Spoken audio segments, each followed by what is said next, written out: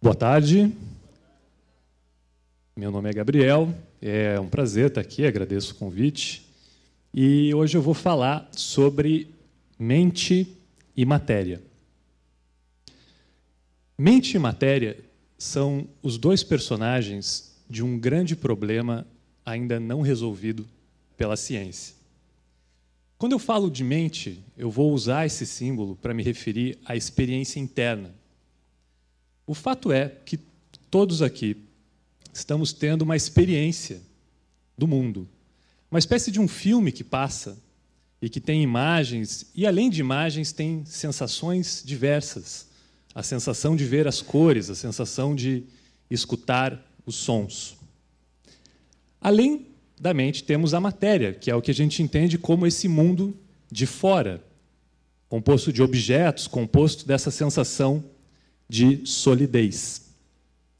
Eu gosto dessa imagem do Escher, primeiro porque ela representa de uma maneira brilhante esse mundo de fora, quando ele calcula essa geometria do reflexo de um espelho esférico, que remete, então, a esse mundo de fora, que é composto de certos objetos. Mas o que eu acho que é especial dessa imagem é a sensação que ela consegue transmitir desse personagem que observa algo, dessa sensação de primeira pessoa, de ser alguém que assiste a esse mundo. O que eu estou falando é que o mundo pode ser entendido como composto por dois ingredientes que têm qualidades muito diferentes. De um lado, a gente fala da matéria, também entendida como energia, e, do outro lado, mente e consciência. Eu estou usando essa terminologia, de novo, para falar desse aspecto interno. Quando eu falo de matéria, então, eu estou falando desse mundo objetivo, que é esse mundo compartilhado dessas coisas que estão aqui fora, que todos nós vamos entrar em consenso de que existe uma cadeira aqui na nossa frente. Por outro lado, desse lado aqui, a gente fala de algo que é subjetivo, que é privado. Você não consegue compartilhar com uma outra pessoa a sensação de como é, por exemplo, ver uma cor. Imagine que tem alguém que não enxerga um tipo de cor. Como que você compartilha com essa pessoa? A gente pode tentar falar sobre, mas nunca vai ser a sensação de como é enxergar essa cor. Quando a gente fala desse lado da matéria e da energia, os ingredientes fundamentais desse lado são elétrons, prótons, fótons, são partículas fundamentais que trocam certos tipos de força entre si, e esse balé se desenvolve dentro do espaço tridimensional e do tempo. E a área do conhecimento que é responsável em descrever como isso funciona é a física. Já desse outro lado, tem algum botão aqui que apaga. Desse outro lado tem ingredientes fundamentais são sensação, pensamento, linguagem, enfim, intenção, tudo isso que se passa dentro desse espaço interno. E a grande pergunta, esse problema que eu comentei para vocês, é justamente qual é a relação entre esses dois lados. Será que existe um desses dois aspectos que é mais fundamental do que o outro? Ou será que ambos são igualmente fundamentais? Quando a gente fala desse problema, a gente fala de um problema que é desse tipo, do que vem antes, o ovo ou a galinha. Para tentar falar sobre, tentar responder essa pergunta, a gente teria que fazer perguntas muito ousadas, como, por exemplo, se a matéria some, será que sobra algum tipo de experiência? É muito difícil responder essa pergunta, porque, afinal, se a matéria some, se o corpo vai, a gente deixa de poder responder. Outra pergunta, será que, além do referencial humano, existe um mundo que é semelhante? Se a gente tivesse a oportunidade de ver o mundo por um outro referencial que não humano, será que ele seria algo semelhante? Ou será que seria algo totalmente diferente? São esses tipos de pergunta que a gente teria que poder responder de alguma maneira para ganhar algum insight sobre a solução desse problema. Logo, é um problema muito difícil de ser resolvido. Como não conhecemos a resposta correta, o que a gente faz é mapear quais são as possíveis respostas para esse problema. E é essa área do conhecimento da filosofia da mente se responsabiliza, então, em calcular isso. A primeira possibilidade de relação entre mente e matéria é o que nós chamamos do dualismo. E no dualismo se entende que ambos os aspectos são fundamentais na realidade, de que existe matéria e existe mente. Ambos são fundamentais, e a imagem que descreve essa visão de mundo é o fantasma pilotando a máquina. O que é a máquina? Isso aqui. E o que seria o fantasma? Seria o que a gente chama de alma. É uma possibilidade? Sim, é uma possibilidade. Outras possibilidades são monismos. No monismo, apenas uma dessas substâncias seria fundamental e a outra se derivaria dela. No caso do monismo idealista, o que seria fundamental no universo é esse aspecto mente ou consciência. Se fala nessa visão de que a realidade seria uma espécie de sonho. Não necessariamente um sonho individual de cada um, mas usando a analogia dos nossos próprios sonhos, no qual nos deparamos, às vezes, com mundos que têm sensação, inclusive, de solidez e de que aquilo existe de alguma maneira, quem diz que isso daqui não é algum tipo de sonho, que a gente não está no sonho de algo? Pode parecer estranho para a gente, né, essa visão, mas é possível também. Talvez numa linguagem mais contemporânea a gente poderia trocar isso por falar que, quem sabe, a base da realidade está mais ligada a software do que de hardware. Que o software, num certo sentido, seria mais fundamental do que essa sensação do mundo físico aqui fora. É possível? É possível também. Existe uma outra possibilidade, na qual agora a matéria é o ingrediente fundamental do universo, e a partir da matéria se deriva tudo, inclusive a mente e a consciência. É possível? Sim, também é possível. Existe mais uma possibilidade, conhecida como panpsiquismo, no qual mente e matéria são dois lados da mesma moeda. Dentro dessa visão, tudo que tem matéria teria algum tipo de mente, algum tipo de experiência, nem que muito simples. Estamos falando nessa visão que, por exemplo, átomos teriam algum tipo de experiência do que é ser um átomo. Claro que talvez muito mais simples do que a nossa. O que eu quero contar para vocês, então, é que ninguém conhece qual é a resposta correta em relação à relação dessas duas substâncias. E qualquer visão de mundo, qualquer narrativa mitológica, qualquer filosofia que vai tentar explicar o que está acontecendo aqui, vai ter que escolher um ponto de partida desses para construir a sua narrativa. Quando eu falo de filosofias que explicam o que está acontecendo aqui, a gente pode falar, por exemplo, de religiões. E cada quadradinho desse tem um exemplo de religião que usa isso como ponto de partida para construir a sua visão. Pergunto para vocês, quando eu falo do dualismo, que religião, por exemplo, que parte desse lugar? Cristianismo. Temos, né, o catolicismo, o espiritismo, ambas vão assumir a mesma premissa, e eventualmente podem acontecer coisas distintas com essa alma depois que o corpo perece, mas partem dessa mesma ideia. Quando a gente fala, então, do monismo idealista, que religiões partem desse lugar? Budismo, né? Hinduísmo, budismo, muito bem.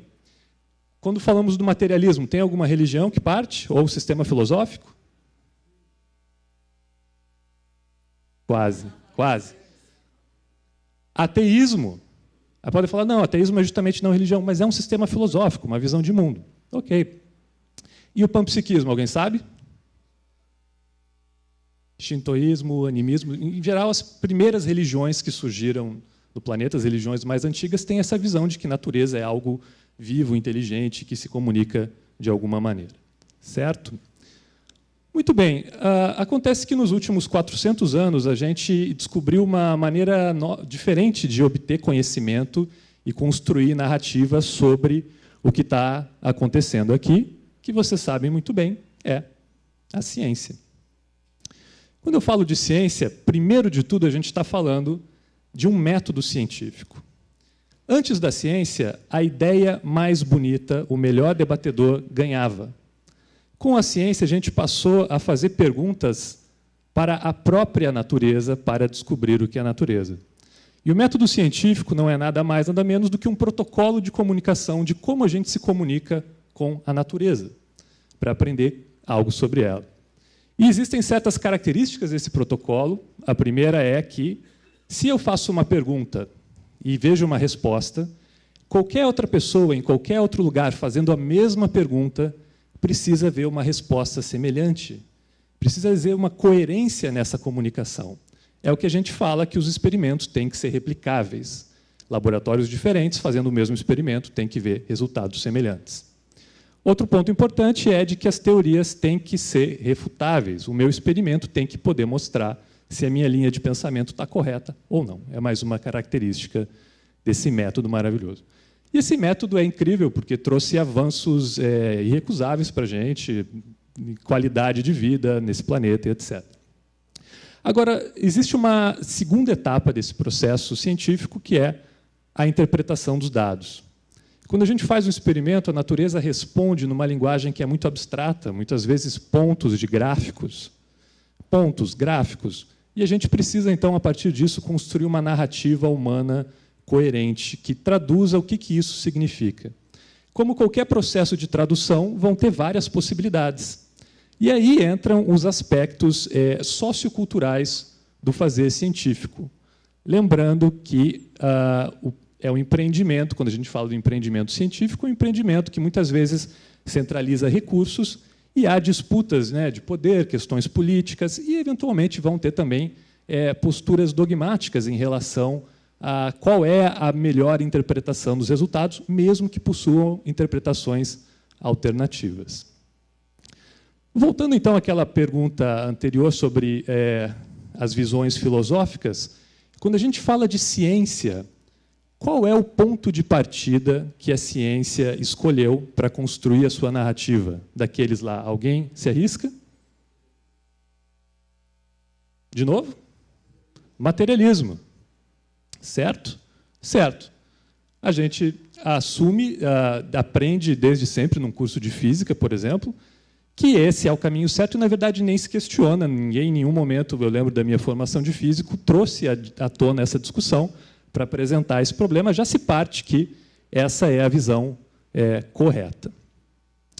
Eu quero explicar para vocês, então, como que dentro dessa visão materialista se explica o fenômeno da consciência. Porque, lembre, nessa visão materialista, apenas a matéria é o ingrediente fundamental da realidade e a mente, ou a consciência, vai ter que ser derivado, de alguma maneira, como um produto da matéria. Para começar essa história, a gente precisa voltar a muitos bilhões de anos atrás, quando não existia espaço nem tempo. E a gente vai convencionar aqui que não vale perguntar o que existia antes desse momento, porque no momento vai acontecer uma explosão. Bum! Explode, a explosão cria espaço-tempo. O que existia antes, a gente não vai fazer essa pergunta. Mas explode, é o famoso Big Bang. A partir disso, cria-se espaço, tempo, matéria.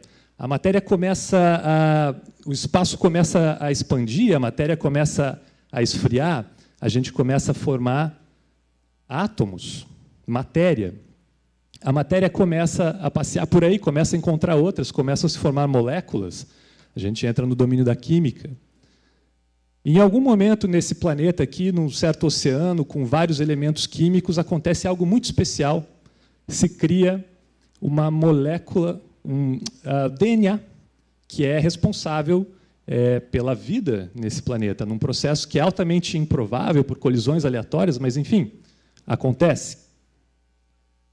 A partir do DNA, começa a entrar em jogo a questão da evolução natural, e em algum momento a gente chega nessa anatomia desse sistema nervoso, desse cérebro que temos, e quando se forma esse sistema nervoso complexo, em algum momento surge essa experiência interna de ser algo que experimenta esse mundo e que sabe que experimenta isso.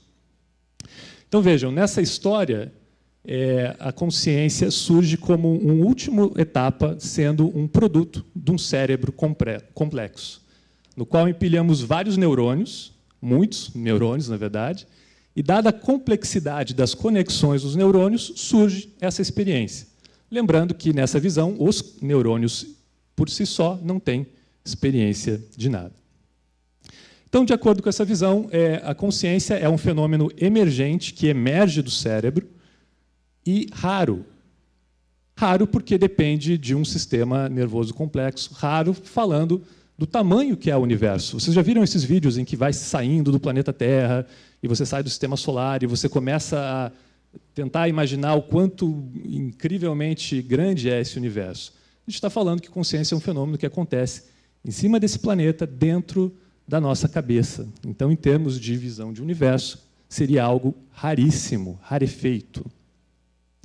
E que essa etapa da passagem do cérebro, de como a consciência surge, ainda não foi explicada, não foi entendido como exatamente é o mecanismo que promove isso.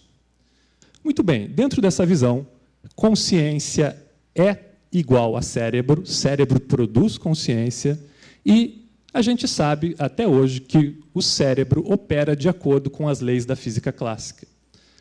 Essa transmissão de impulsos elétricos, neurotransmissores, tudo isso são processos químicos operando no cérebro.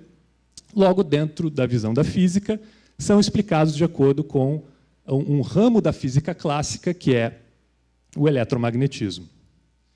Já sabemos que uma característica do eletromagnetismo é o que chamamos de localidade. E a localidade vai falar sobre como acontecem a troca de informação entre dois sistemas físicos. Como que acontecem? Se eu quero transmitir informação do ponto A para o ponto B, isso só pode acontecer mediado por algo que viaja no espaço-tempo a uma certa velocidade. No caso aqui, a gente está usando luz, por exemplo, para transmitir informação, e eu estou usando o som também. Dentro da física clássica, qualquer processo de troca de informação entre duas coisas é mediado por algo viajando a uma certa velocidade. Logo, possui um limite máximo de troca de velocidade e não pode ser instantâneo. Tudo tem que acontecer aqui no espaço tridimensional. Ok. A questão é que essa prerrogativa, ela exclui a possibilidade, do ponto de vista teórico, exclui a possibilidade desses fenômenos que são telepatia e o que a gente pode chamar de interações mente-matéria. Porque justamente a definição desses fenômenos são uma suposta capacidade de obter informação por meios não locais. Em outras palavras, duas pessoas trocando informação por alguma via, por algum canal que ainda seria desconhecido. E desse lado aqui é uma suposta capacidade de não obter, mas agora manipular essa informação pelo que eu estou chamando de meios não locais. Pode parecer estranho trazer, de repente, essa informação, e eu queria aproveitar esse estranhamento para fazer uma enquete aqui com os presentes. E a minha pergunta para vocês é: quem aqui acredita na possibilidade de transmitir informação entre duas pessoas, ou seja, em telepatia? Por favor, levanta a mão, só para a gente ter uma enquete. Ok, obrigado. E a possibilidade da sua mente afetar o mundo de alguma maneira? Alguém acredita nisso? Ok, interessante. Não diria que é a maioria, mas eu diria que uma fração considerável dos presentes acredita nessa possibilidade. E a gente podia ficar aqui contando e trocando histórias, e a gente ia escutar casos interessantíssimos, aposto, que aconteceu com você ou com um amigo seu. Só que isso não resolve o problema. Para a gente tentar resolver esse debate, o que a gente tem que fazer é ir para o laboratório. E a pergunta, então, que se faz é: será que existem evidências favoráveis à existência desse tipo de fenômeno? E eu vou contar uma coisa para vocês, a resposta é sim. Quando a gente fala de telepatia, existe um protocolo para investigar a telepatia em laboratório, que é chamado protocolo Ganzfeld, que está sendo feito pelo menos há 50 anos. Infelizmente, eu não vou ter tempo de explicar o procedimento para vocês, Mas, quando se olha os resultados dessas pesquisas, que foram feitos em laboratórios diferentes e por pesquisadores diferentes, e combina tudo, a probabilidade do resultado ser ao acaso, que falaria da não existência de telepatia, é baixíssima. É muito mais fácil ganhar na loteria do que os resultados desses experimentos, se telepatia não existe. Ou seja, tudo isso é indicativo de que parece que tem algo estranho acontecendo, de troca de informação entre duas pessoas. Outro exemplo é o que se chama de visão remota. E já se sabe que houve um programa de 20 anos nos Estados Unidos que usou esse protocolo, essa metodologia, que é uma metodologia para supostamente se obter informações do que está acontecendo em outro lugar do espaço e, eventualmente, do tempo. E algumas pessoas teriam essa suposta habilidade de se concentrar de alguma maneira, de saber o que está acontecendo num outro lugar e reportar essa informação e isso ser preciso. Se sabe que os Estados Unidos teve um programa secreto de 20 anos que usou isso supostamente como espionagem, como meio de espionagem. O que mais? Quando fala de interações mente-matéria, também temos décadas aí de experimentos investigando geradores de números aleatórios, que são sistemas eletrônicos que fazem o sorteio de cara ou coroa, mas de uma maneira digital. E, nesses experimentos, os participantes tentam forçar um resultado ou outro através da sua intenção. E também, juntando os resultados de vários experimentos, fazendo uma meta-análise, há um certo indício, uma certa evidência de que tem algo interessante acontecendo, como se a mente das pessoas pudesse, sim, influenciar. Agora, vejam, é importante a gente separar uma coisa. Existir certas evidências é uma coisa. O que é a pergunta mais importante é a seguinte: será que essas evidências são replicáveis de maneira consistente? Será que qualquer pessoa fazendo esse tipo de experimento no seu laboratório vê o mesmo resultado? Porque, se isso for verdade, a gente vai se deparar com uma anomalia. Anomalia é quando a gente, em laboratório, consegue produzir um tipo de resultado que não tem explicação ainda pelas teorias vigentes. E, na ciência, anomalias são ouro. Todo momento em que se detecta uma anomalia, todo mundo põe atenção na anomalia, porque quem explicar o que está acontecendo ali vai ganhar um prêmio Nobel. Simplesmente isso. Logo, na minha área de pesquisa, quando eu me deparei com esse tipo de resultado, eu achei que a pergunta mais interessante que eu poderia fazer é essa: será que esse tipo de resultado é replicável? E, para um cientista, a única coisa que você pode fazer é ir para o laboratório e montar um experimento e tentar ver o que acontece. Eu comecei em 2015 esse processo de pesquisar, no meu caso, as interações mente-matéria. Só que, no lugar das pessoas tentarem afetar um gerador de números aleatórios, que é aquele cara ou coroa digital, no experimento que eu faço, as pessoas tentam afetar um sistema que envolve luz. E eu já vou mostrar para vocês como funciona. Então, em 2015, eu comecei esse projeto como uma pesquisa de pós-doutorado na USP, e agora sigo essa pesquisa, uma versão bastante melhorada dela, como um pós-doutorado no IDOR, investigando ainda esse sistema de fenda dupla. E aqui é uma imagem do laboratório. O equipamento do experimento está dentro, em cima dessa mesa e dentro dessa tela metálica. Essa mesa é uma mesa especial que isola o equipamento de vibrações. E essa tela é uma tela que isola os equipamentos de radiação eletromagnética. Então, eu quero tentar isolar o que eu estou medindo de qualquer tipo de interferência que a gente conheça. O que tem dentro daquela tela metálica é, então, um sistema de luz que vai jogar uma luz laser por duas aberturas muito pequenininhas, que na física a gente chama de uma fenda dupla. E depois que a luz passa por essas duas aberturas muito finas, ela vai chegar numa tela de um sensor de uma câmera. Quando a gente olha para a câmera, vê algo que tem essa ondulação, Isso, num certo sentido, é bem conhecido pelos físicos, o porquê isso acontece. E o que eu vou estar fazendo nesse experimento é tirar várias fotos dessa, 10 fotos por segundo estão sendo tiradas, e essas fotos vão para um computador que vai processar, então, essa informação e vai calcular, então, em tempo real, como que aquele padrão medido está se modificando. E vai transformar essa quantidade de variação das medidas na intensidade de uma luz, que vai estar numa outra sala e que vai ser apresentada a uma pessoa. Essa pessoa, na outra sala, vendo essa luz, vai ter a tarefa de intencionar que a luz brilhe o mais forte possível. Se a pessoa consegue, de alguma maneira, fazer a luz brilhar, quer dizer que, indiretamente, ela está afetando a medida que está sendo feita.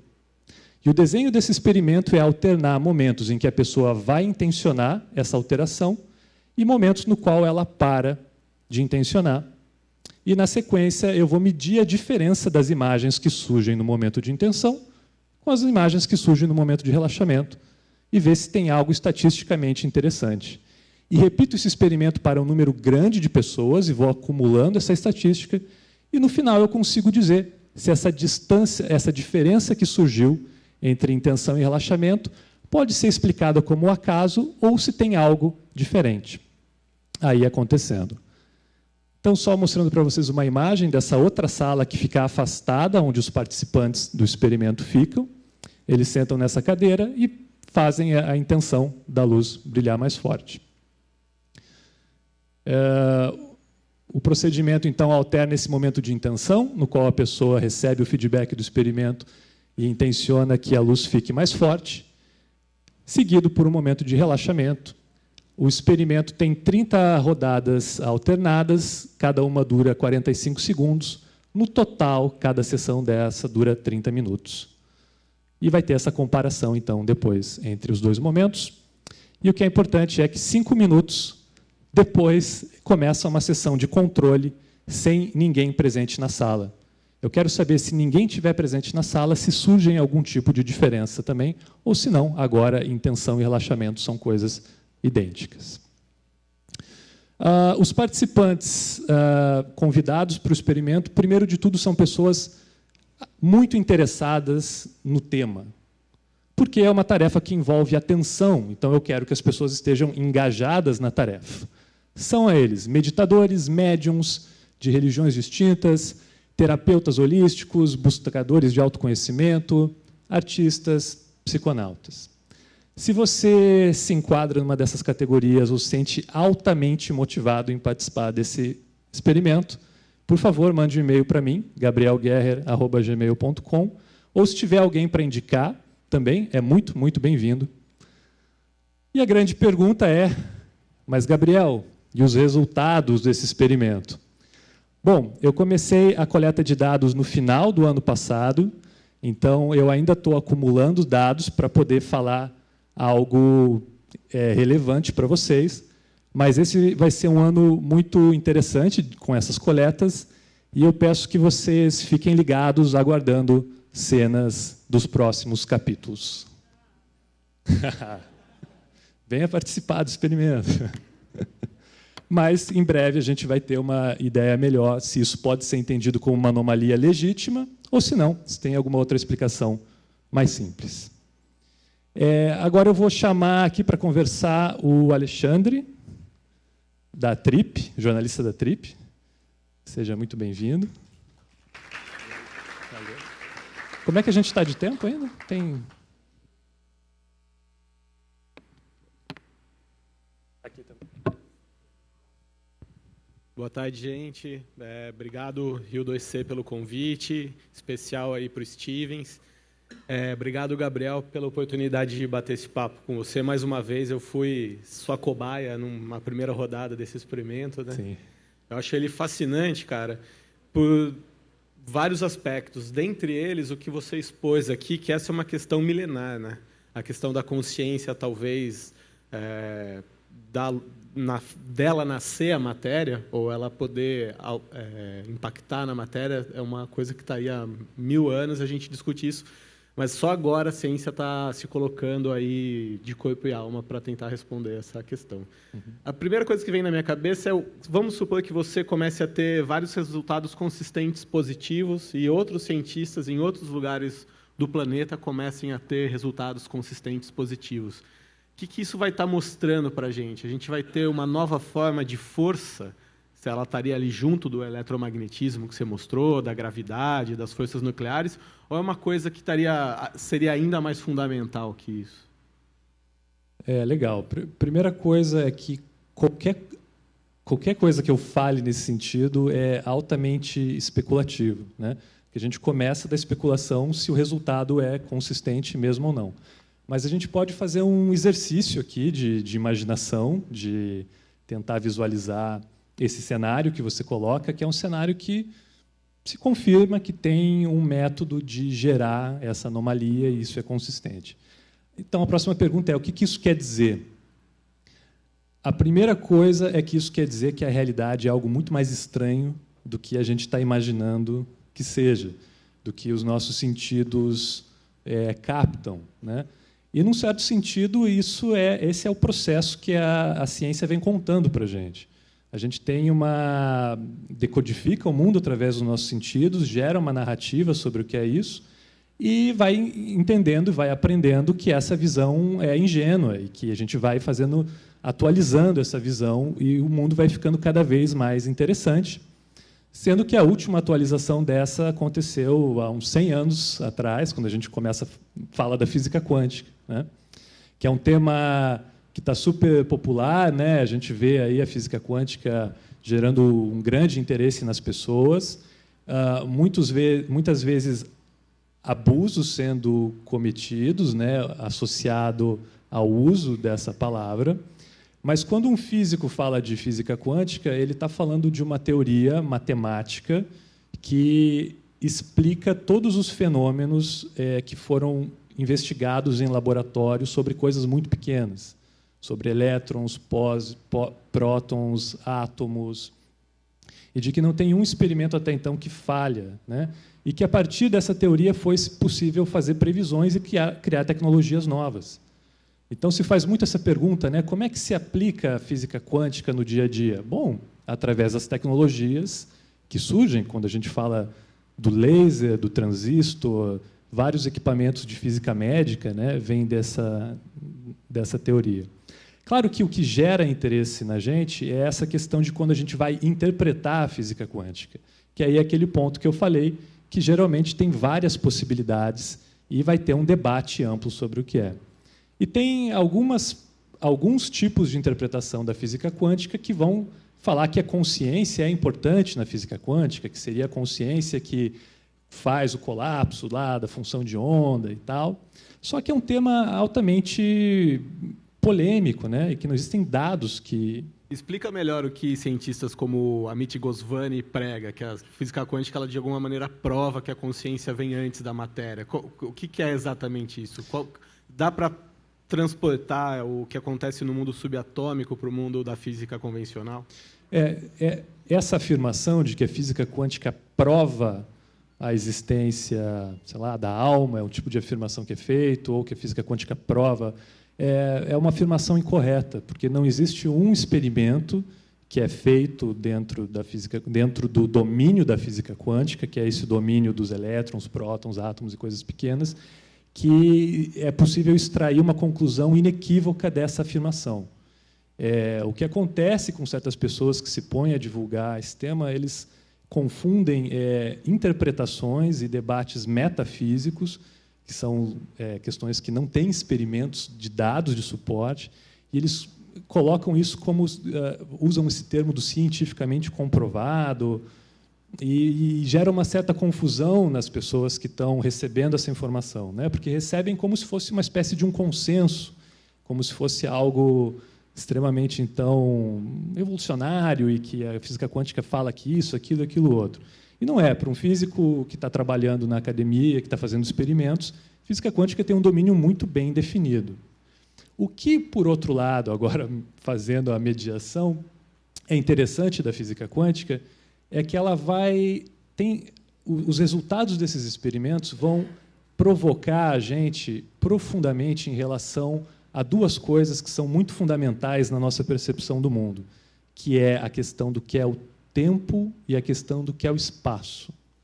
Tem dois tipos de fenômenos que são muito bem estabelecidos dentro da física quântica, que é, a superposição de estados, que fala que uma entidade quântica, um elétron, por exemplo, ou um fóton, enquanto não observado, pode estar fazendo várias coisas ao mesmo tempo. Veja, se é isso, então a questão é, o que será que é o tempo? Será que isso fala que o tempo é algo estranho, que a nossa percepção do tempo pode estar equivocada de alguma maneira, né? Outro fenômeno que é presente, que é indisputável, assim, é absolutamente consensual a sua existência na física quântica, é o emaranhamento quântico, chamado entanglement, né, em inglês. E fala de um fenômeno no qual duas entidades quânticas, dois elétrons, por exemplo, a partir do momento que se aproximam, eles passam a guardar uma espécie de vínculo que, independente da distância deles, se você perturba um, o outro, de alguma forma, sente. Eles ficam correlacionados, de alguma maneira. E isso faz a gente... Se isso não depende da distância, se é uma coisa... faz a gente questionar, então, o que será que é o espaço? O que é isso, né? Então, ao mesmo tempo que existe um domínio muito claro de aplicação da física quântica para falar das microcoisas, e toda vez que a gente fala de objetos que estão ao nosso redor, a gente já está no domínio da física clássica, então não é possível aplicar isso de uma maneira linear. Então gera essa dificuldade, né, de como entender essa aplicação. Mas, enfim, tem esse desafio de que ela, de alguma maneira, provoca a nossa percepção e o nosso entendimento sobre o que é espaço-tempo. Então, isso pode gerar uma série de discussões e pessoas querendo extrapolar e tirar conclusões disso. Mas tudo isso precisa de evidências cuidadosas, feitas em laboratório, para se poder usar o termo, né, da comprovação científica, que ainda é muito, muito cedo, né? Acho que é importante você falar isso, porque a gente tem visto aí se multiplicar empresas que oferecem curas quânticas, tratamentos quânticos, como eu peguei uma aspa aqui de um site que dizia que todos os males emocionais e físicos são fruto de pensamentos negativos e vendendo tratamento para realinhar suas energias. Acho que muito legal o seu trabalho, porque, ao mesmo tempo que você pesquisa seriamente em laboratório essa possibilidade, você vem a público dizer, olha, gente, beleza, calma aí, tem evidência, mas isso aí ainda precisa de muito estudo, a gente ainda está muito no começo, né? Eu queria saber de você um pouco, eu sei que é um tema super delicado e que a ciência, muitas vezes, ela é um pouco avessa a grandes novidades. Assim, como é que é pesquisar isso dentro do universo científico? Qual que é a receptividade dos seus pares à sua pesquisa? É um desafio grande, né? Muitas vezes se eu estou em volta de físicos, colegas, e começo a falar do que eu faço, eu recebo alguns olhares de... Mas como assim, né? Por que você está fazendo isso? Porque, lembrando, de acordo com a visão atual,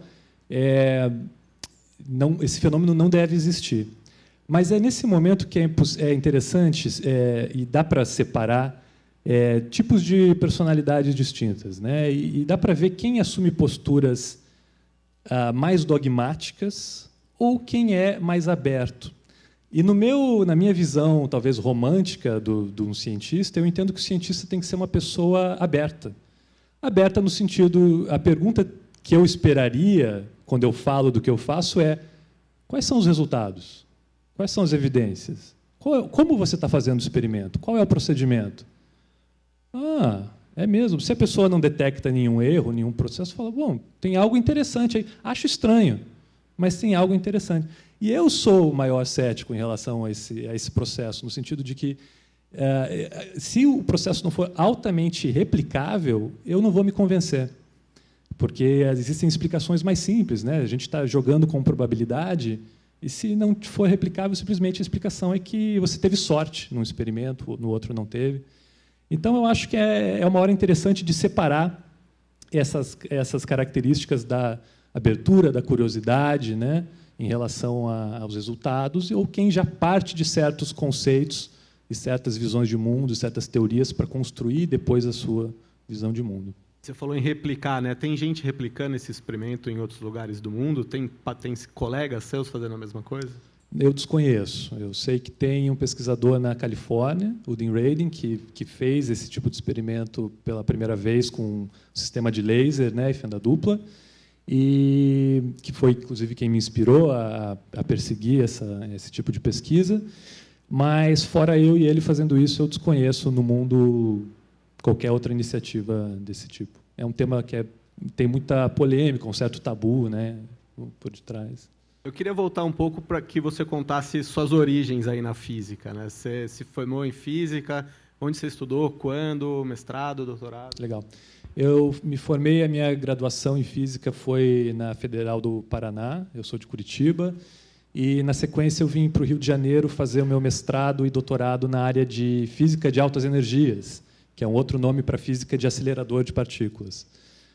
Durante a minha graduação, eu descobri que estavam construindo o maior experimento que já tinha sido feito para entender melhor a matéria. E, nesse momento, eu entendi que o lugar mais incrível, mais de fronteira para estar, era esse experimento. Então, eu fui direcionando os meus estudos para poder ir para esse laboratório, que é o laboratório chama CERN, fica na fronteira entre a Suíça e a França, e é o maior acelerador de partículas do mundo.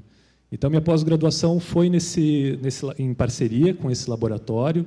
Estive lá, ajudei a construir, apertar parafusos, descendo, né, desenvolvi software de experimento, ajudei mesmo a construir o experimento, entre pensar nas análises, o que a gente ia fazer com a física de lá. Mas aconteceu um processo curioso comigo. Em algum momento, eu comecei a sentir que, por mais que aquilo era muito avançado, que a real fronteira do conhecimento que eu estava buscando não estava naquele lugar.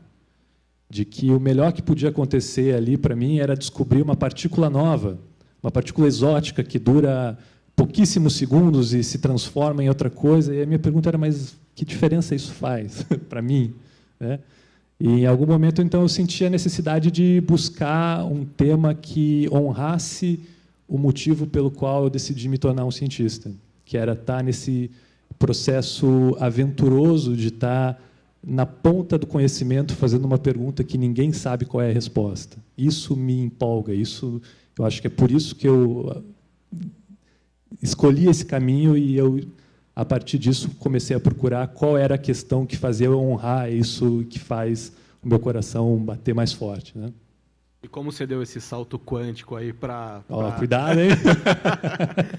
Metáfora. Como poesia é bonita, né? Mas como que você vai aí da física de partículas para a mente e matéria? Teve esse processo em que eu estava lá no acelerador de partículas e, em algum momento, eu comecei a sentir isso que eu estava falando, né? Dessa sensação de que não era por ali. Tinha algo diferente, tinha algum outro caminho que, naquele momento, ainda eu não sabia qual era. Mas eu, imbuído daquela sensação de querer honrar aquele Gabriel de 14 anos, eu decidi terminar o meu doutorado e procurar o que era isso, mesmo não sabendo ainda qual era a resposta. Então, eu terminei o meu doutorado e comecei a procurar, e a primeira coisa que apareceu foi o mercado financeiro. E eu trabalhei 1 ano numa empresa do mercado financeiro, aqui do Rio de Janeiro, inclusive, e descobri que não era o que eu estava realmente procurando, depois de um certo tempo. E, na sequência desse processo do mercado financeiro, aí eu saí para fazer uma viagem. Eu tirei um ano sabático, no qual eu fiz uma viagem de carro pelo Brasil. E eu acho que essa viagem, para mim, foi muito importante no sentido de provocar e expandir as minhas visões e sensações sobre o mundo.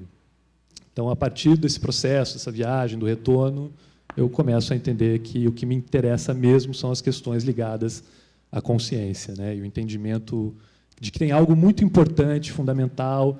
E, para mim, vale essa aposta de que o próximo grande salto científico vai estar nessa direção, por algum motivo ou outro, por alguma razão ou outra, mas parece que é nesse lugar que está aquela fronteira do desconhecido com o conhecido que eu estava realmente procurando.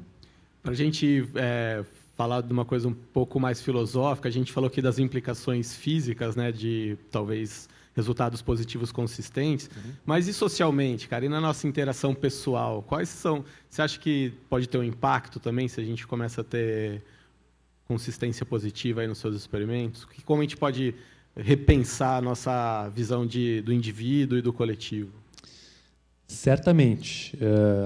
A gente sabe já historicamente que a visão científica de uma época, a narrativa científica, implica na questão cultural, do que, como a gente entende, como a gente deve se relacionar entre si, do que é esse planeta, do qual é o nosso lugar no mundo, de como são as relações entre nós, com a natureza, enfim.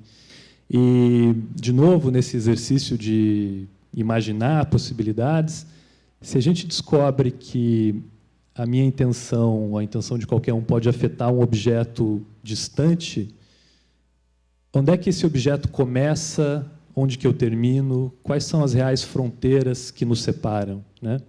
Então, isso pode estar falando de uma narrativa, de uma visão de mundo que promove muito mais conexão e integração do que separação e competição, né? Então, acho que pode ter algo interessante também nesse sentido de visão de mundo, né?